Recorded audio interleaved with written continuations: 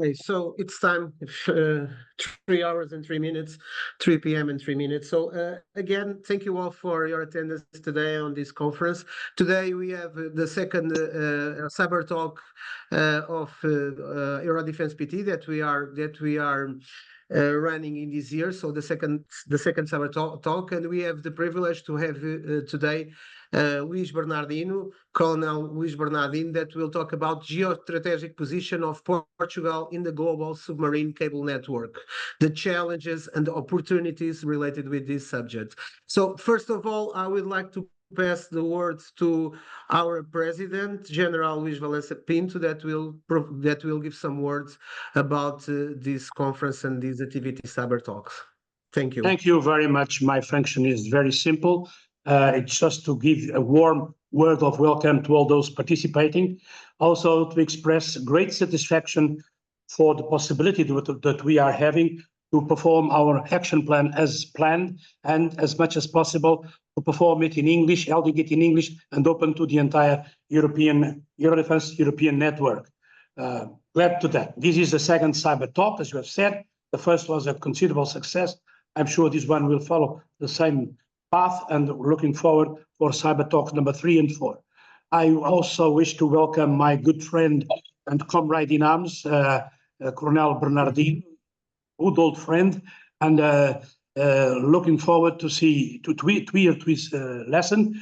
And just to recall something that we all know, that this question that he will be addressing of the geostrategic position of Portugal in the global submarine cable network is not a new one. We started addressing this issue prior to World War I in view of the communications technology of the time. But of course, today, the conditions are quite different. The possibilities that the technology is providing are completely different and far more demanding. And as such, the challenges are others and the opportunities are also different.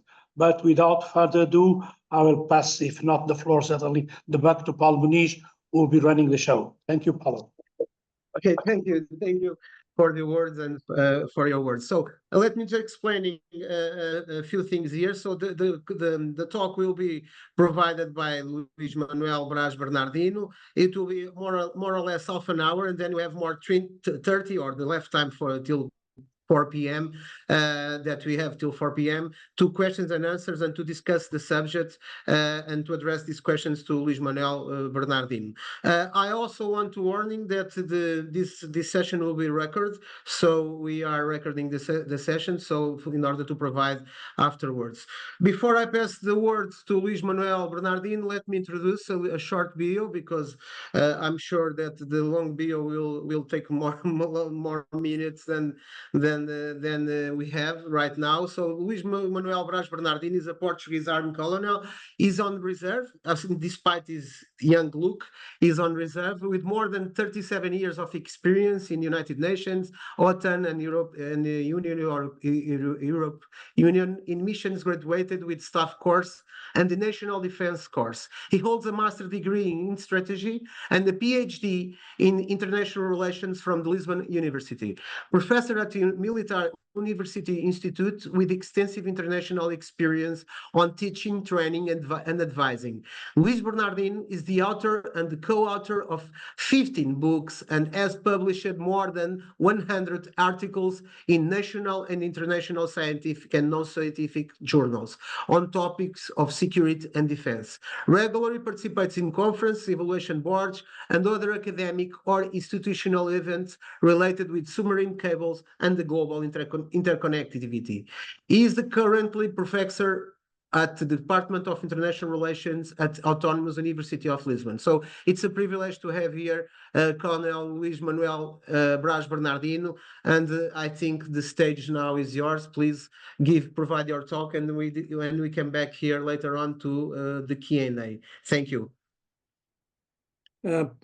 Paulo, thank you very much for your kind words. First, of course, I would like to thank you, Paulo Muniz, for this kind invitation. Cyber Talks. It is a pleasure for me to be here and to provide some topics for reflections and also for discussion. Second, I would like to salute the Eurodefense Portugal and its president, General Luis Valença Pinto, to thank you also for your kind words, and also to congratulate the Eurodefense Portugal for this initiative about a critical subject for Portugal and, of course, for Europe, geostrategic position of Portugal in the global submarine cable network. Last but not least, I will take about 30 minutes, as Paulo mentioned, with my presentation, and we hope we have time for Q&As. And I think it's also important, in the end of my presentation, I will send the PowerPoint, the slides, so if you can have it, just ask to the organization. So I think I'll remember on the 4th of March this year, the big news in Portugal was something like the world's largest submarine cable was launched in Portugal. And also at the same day, the government announced a new submarine cable, last generation cable, smart cable, that makes the connection between the mainland and the island of Açores and Madeira.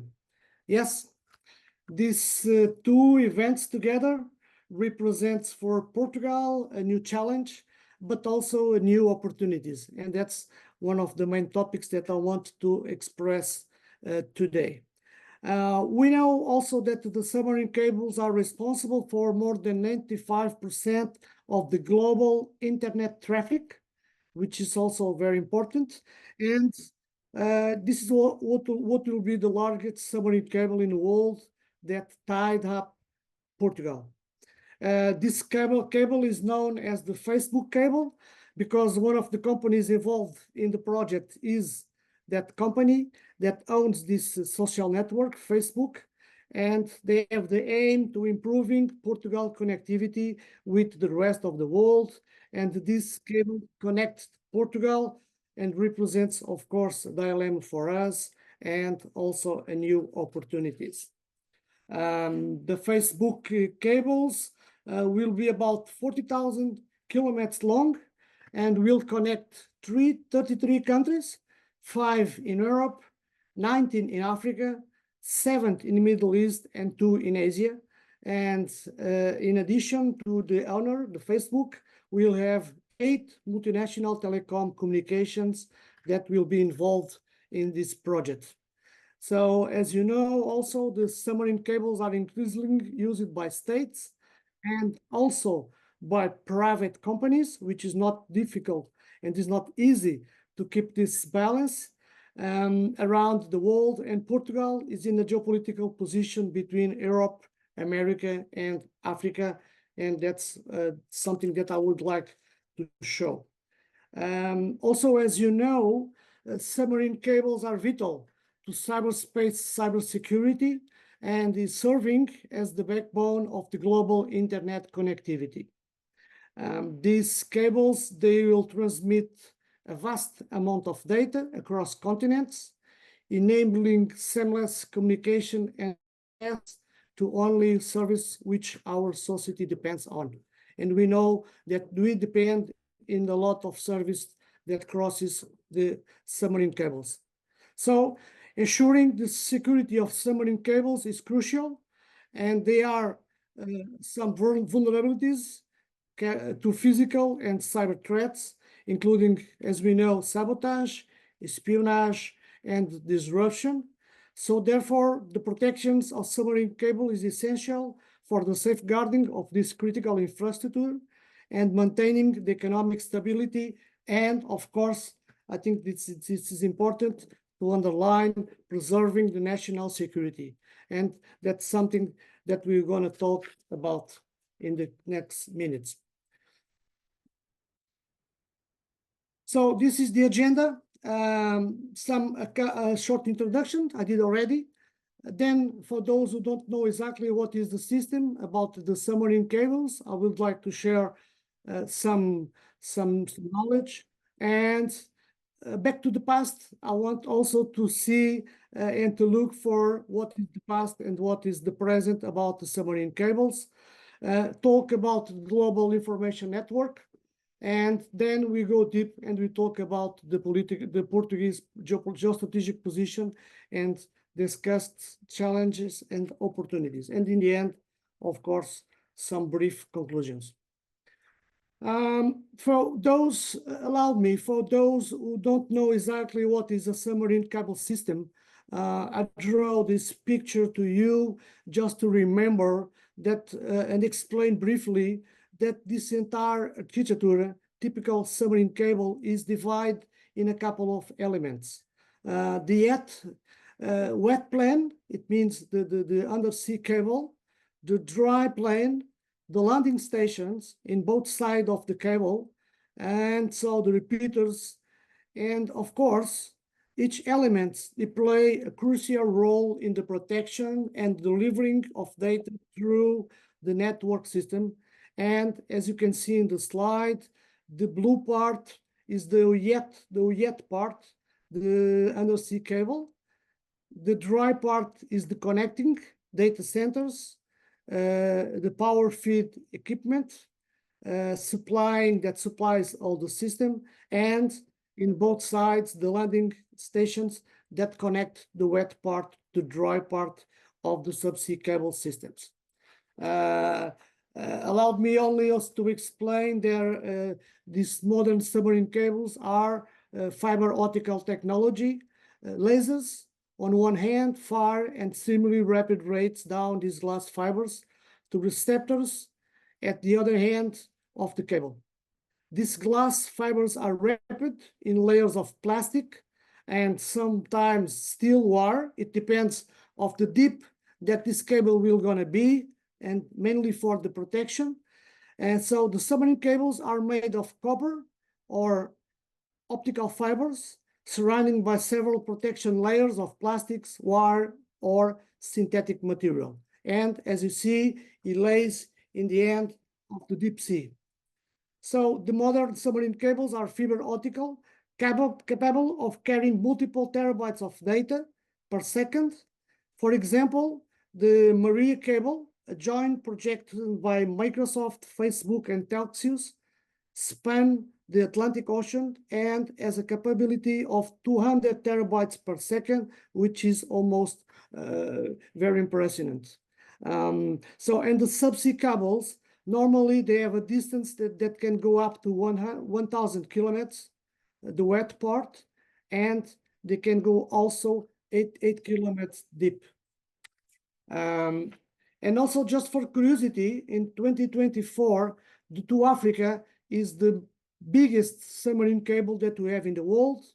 Is from Alcatel, a French company, and this world's largest submarine cable, they runs for 50,000 kilometers, circumnavigating Africa, and they connect 46 landing points across 33 countries, including the United Kingdom, India, and score of countries in the Middle East and in Africa.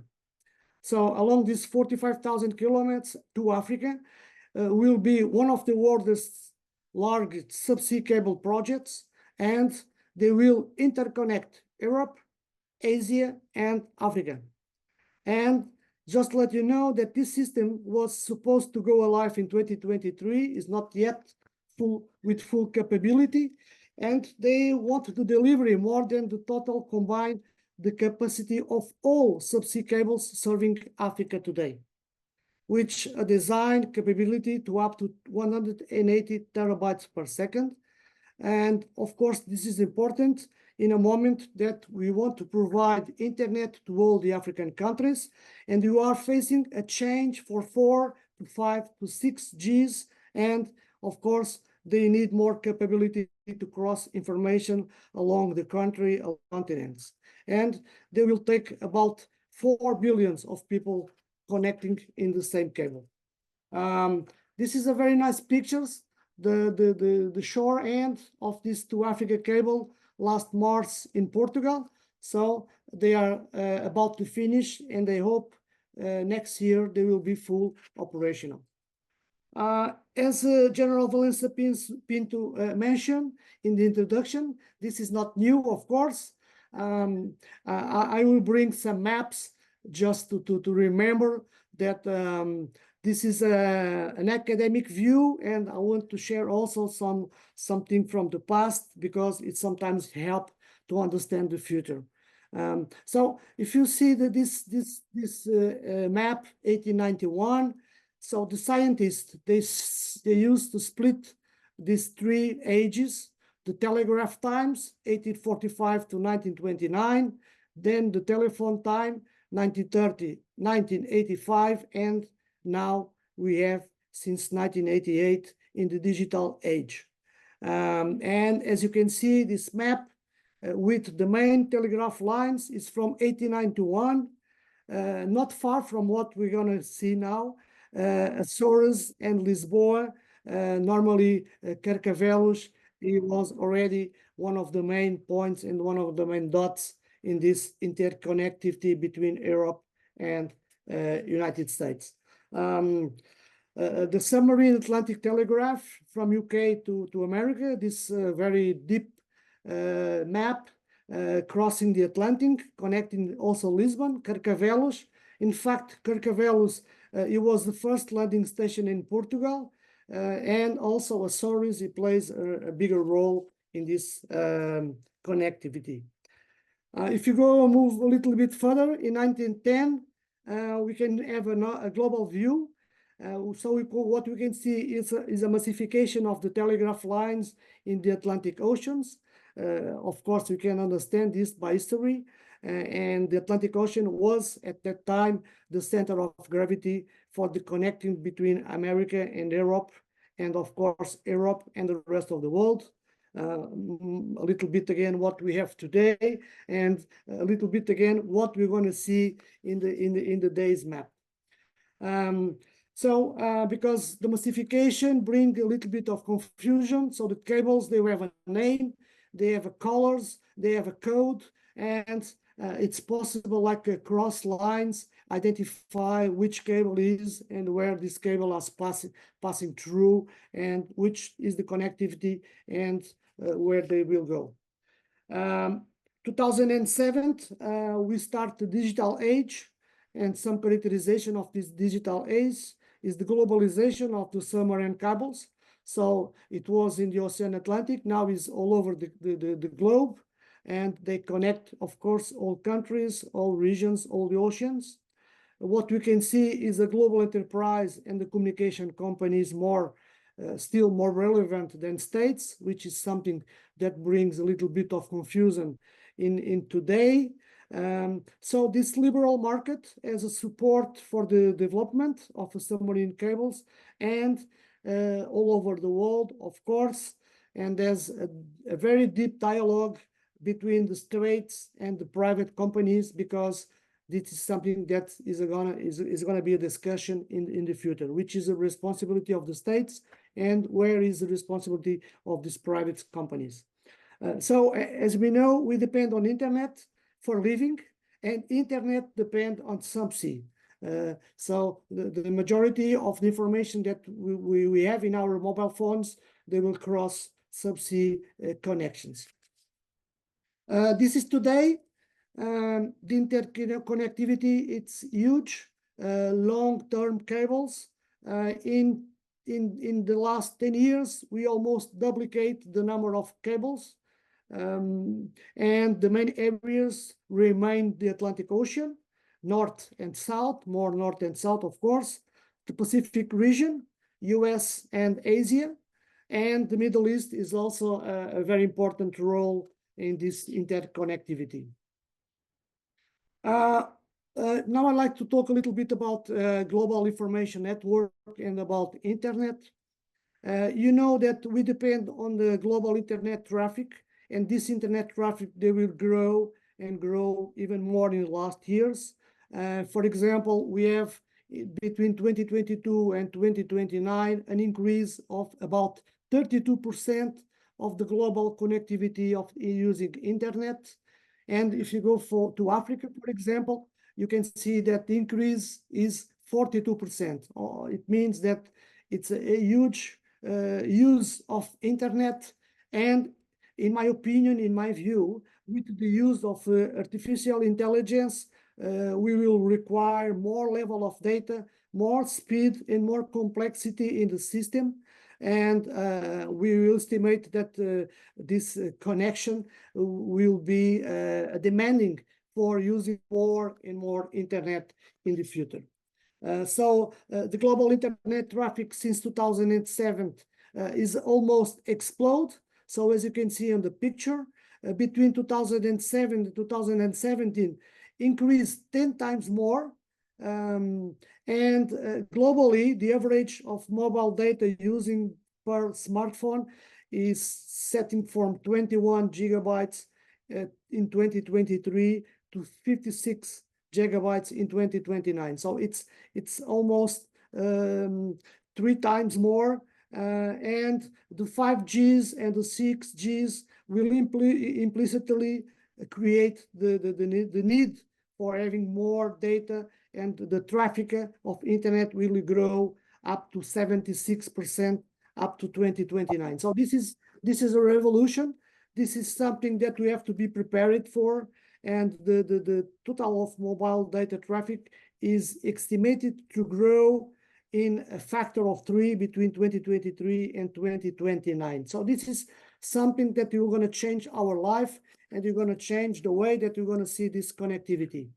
And of course, the individual use also grow day by day. The individual use of internet, it's almost the double from last 4 or 5 years. As you can see on your right, Europe is on the lead, of course, up to the middle of the average of the world, and Africa still in the very few in the lower position. But the level of increasing that we're going to see, we're going to expect in the future, is that Africa will grow much more than the rest of the other countries.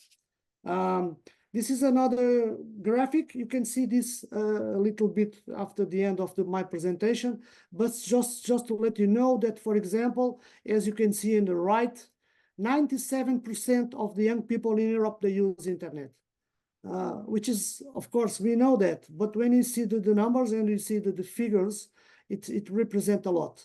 71% of the global young people, they use internet for everything. I mean, internet today, it's for fun, it's for business, it's for communication, it's everything. As you can see also in the lower position, Africa, it doubled in the last 2-3 years, but they need to grow more, and they will grow more in the next years. And something that is also important to underline is the position of Europe. Europe as an internet provider, as you can see this data from 2022. So internet is a hub for internet provider information. And if you look to Africa, and if you look for Northern Africa, almost 100% of the internet comes from Europe, or cross Europe to the Mediterranean Sea, and of course, they will provide internet to the northern countries of Africa. For example, if you go to the Sub-Saharan Africa, almost 60% of the internet comes from Europe, the Middle East, 80-something. And if you go on for example, on the last point, if you go on the South Asia, 40% of the internet come from Europe. So, of course, if you see the hub, Europe is in fact a hub. They will connect, is one of the biggest hub in the world. They will connect and they will provide internet to Asia, to United States, to Middle East, and of course one of the biggest clients and it will going to be Africa. So now what is the connection between internet provider and new submarine cables? So this slide, it's a very important one, because it shows how fast grow the number of cables and how fast the number of cables that during the last 20 years they was operationally in each year. As you can see, ups and downs, but after 2022, and when you go to 2023, it's almost the double. And we don't have yet numbers for 2024, but we believe that will be higher than 2023, which means that the number of cables that we have already operational we are growing and getting each year more and more connectivity using the ocean. So this is a map of today with the constant rising of demanding of internet. The demanding of submarine cables also will be drastically increasing as well.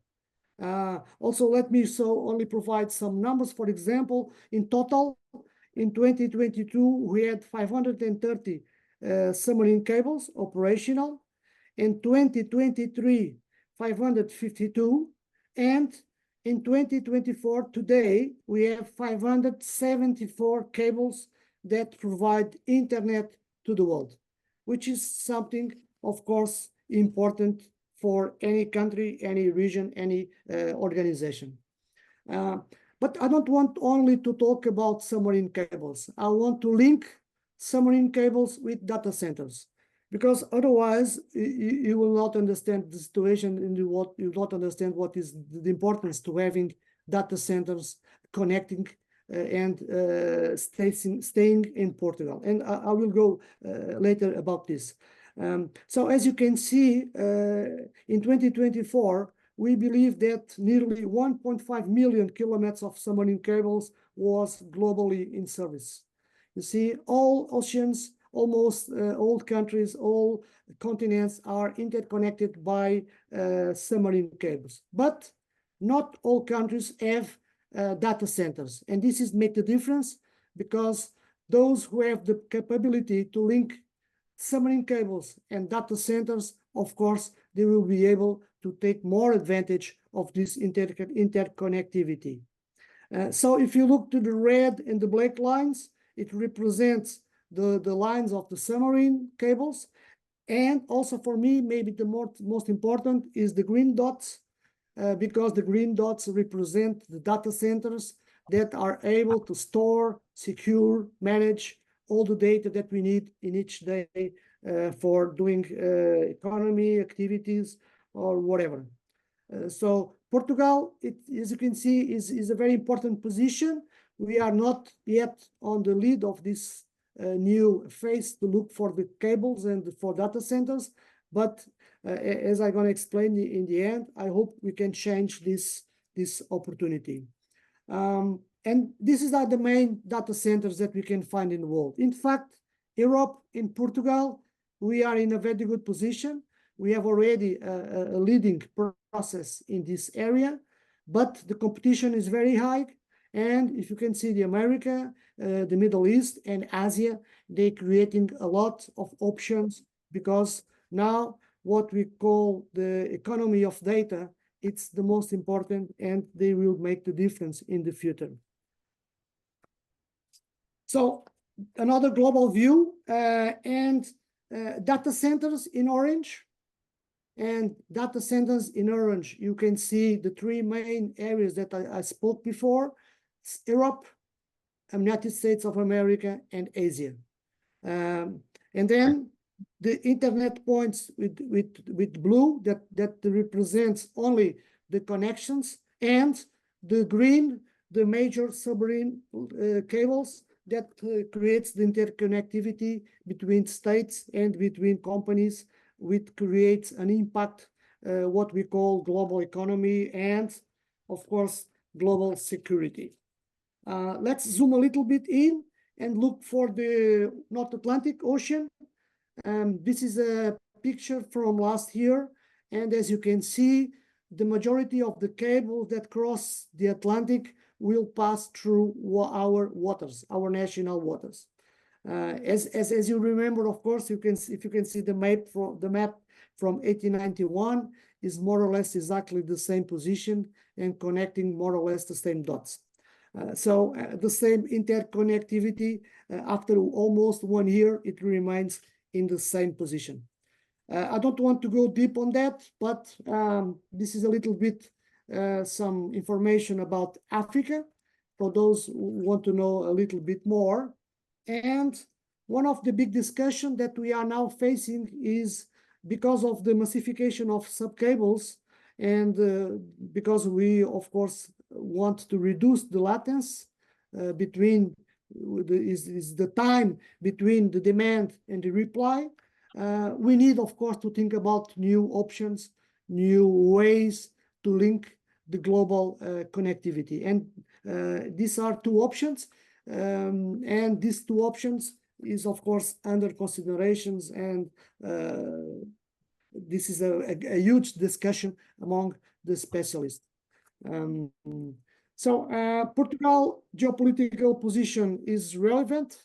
About 25% of the subcables cross Portuguese ZAA, and around 75% of submarine cables that cross the North Atlantic cross Portugal waters jurisdiction, ZAA, I mean, sorry.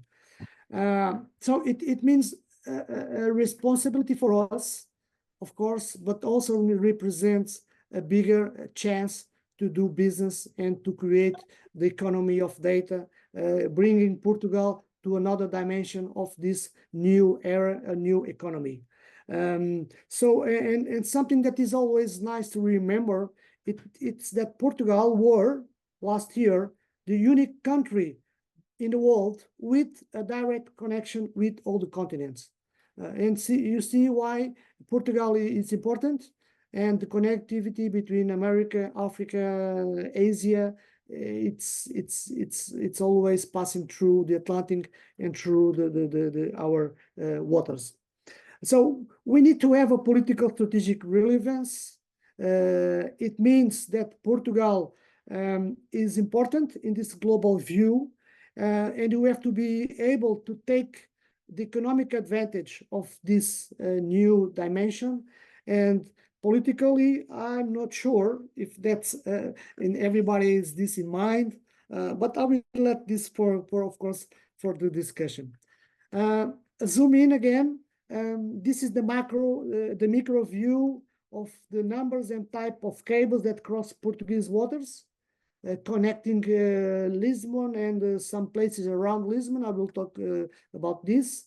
And of course, crossing the north part of Azores.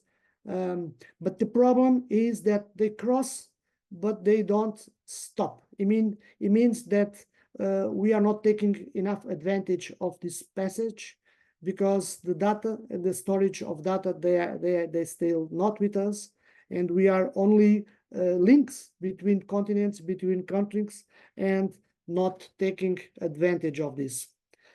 So as you can see in the blue line is our ZAE extended, and as a question of sovereignty, we need to be able to secure, to survey, and to create conditions to see this new dimension, not only under sea, but of course looking for what's happened on the sea. These are the main cables that between 2021 and 2026 was expected to link and to connect in Portugal. I underline the Atlantic CAM. I will talk briefly about this. And of course, Nuvem. Nuvem is the youngest cable, Google cable, that will connect Portugal to United States, and of course, from United States, the world. And it's going to be one of the biggest challenge for us. But as you can see, each year, more and more cables are connecting in our lands. So this is a new reality, and we have to be prepared for this new reality. The Atlantic CAM, for those who live in Azores in Madeira, it's of course important. CAM means continent, Azores, and Madeira, the initial letters. This is a smart technology, global innovation project that connect the mainland and the two islands, and they have also smart technology connecting this cable, this rounding cable, and expect to be ready in 2026. And this reinforce of the connection between the mainland and the Azores and Madeira.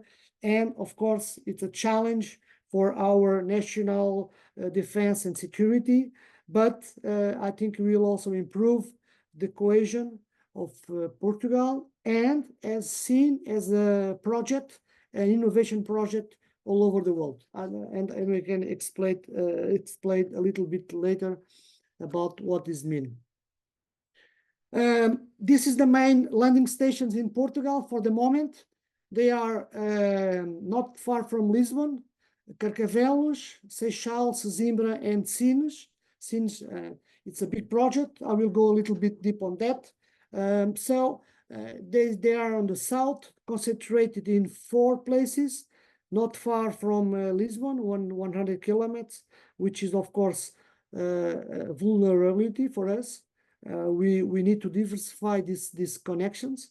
And Sines is of course one of the big projects, and we look for a strategic solution in Sines, and I will go a little bit deep on that because I think that's one of the big projects that we have in our economy and in our country. So the discussion that we have is the CLS, I mean the landing stations, they should keep in the south, or we should create other options. I think the majority of us agreed that we need to improve this condition, and we have to be able to create additional landing stations. And what we have here, it's another 4 options. Matosinhos, Aveiro, Figueira da Foz, and São Martinho do Porto, because we have great conditions. Our coast is really nice for landing stations, very safe conditions for the companies that link the sea cables to our CLS. And we at the Sea Cable Observatory, we are of course dealing with this discussion. Briefly about Sines. Sines is Sines Atlantic Hub is a project. It's a huge project. They want to is advanced project with special sea license that creates the good security and economical conditions to link 12 cables with the possibility to expand and to create data centers with green energy and green supply for cooling the systems. And you remember I explained that it's not important to the connectivity of the cables, but what is more important is that this connectivity brings data centers to our country. And in Sines, the Star Campus is creating the chance to have more data centers and to store and save and secure and distribute data among the suppliers and among the world. And of course, they have a supply energy system, which is green energy, which is also a requirement for this kind of systems. And this plug-in landing station will create a front haul with the possibility to link up to 12 cables. This is an upper view. As you can see on your left, the blue cables, they will join and they will land, and then they will cross, and they have the connectivity able to this cable landing zone and up to the what we can see in the bottom part of the slide. It's a data center, what we expect to be a new data centers that create another economy in Portugal. So I will like to this project will go more and more, and they'll create options that we need for our economy, and we need to be able to store, to save, and to deliver data in conditions to all of the clients. This is another cable that Portugal and go to Sines, connecting all the European, the Mediterranean, South European, and North African countries. 8,000 kilometers and 16 landing sites, which is create the options to connect all these countries. It's going to be also a very important project. And the second project that cross and takes also Sines as a connectivity and dot is the Sines Atlantic Hub. They will provide this connectivity with Brazil, with Fortaleza, and this is going to be a direct link between Africa, between South America, Brazil, and of course linking Africa and Europe. So what I'm talking about is projects. We don't have time to talk on deep about these projects, but I think that we should be aware about that. I only want also to like to mention about Europe. Europe is, of course, playing a major role in this interconnectivity using submarine cables. All remember the problem of the Nord Stream 2 in 2022 and the problems in Finland last October. And of course, this brings questions to our mind, and the European Union is providing information, legislation, recommendations to increase the resilience of the submarine cable infrastructure.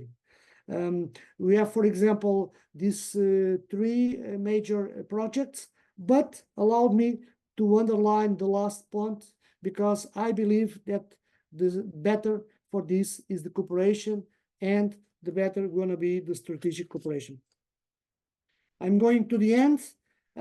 So in conclusion, yes, Portugal plays a strategic position, is unique, both in the North-South Atlantic interconnection, East-West to Europe, the Mediterranean Sea, Middle East, Asia. Of course, as we have the opportunity to see, this strategic position is in fact is a reality. We have many advantages because of our geographic position, but we need to do more in terms of national strategy and face the main challenge, create opportunities for our economy and for our development. So I believe, and this is my last message, we need to increase our strategic cooperation between states and companies, which is not very easy, but we need to lead this dialogue. We need to talk about subsea cables. We need to engage strategic partners, and we need to become more and more relevant in this new dimension of the interconnectivity. So a couple of information for those who want to know a little bit more. In red, one of the articles that we wrote about smart cables, and some of these books, and I will be now more than happy to get some questions from you. Thank you very much for your attention. Thank you, Luis Bernardino. It was very impressive. I must tell that I'm from the area, of course. I work with digital for long years, and I thought I was more knowing about this subject. So, but I was astonished with some figures that you just showed, and I was no idea of some of the amount of cables that we already have crossing our waters and other waters from countries that we are not so friendly sometimes. But it was amazing. So I was really impressed. I'm saying this from my heart because it was amazing.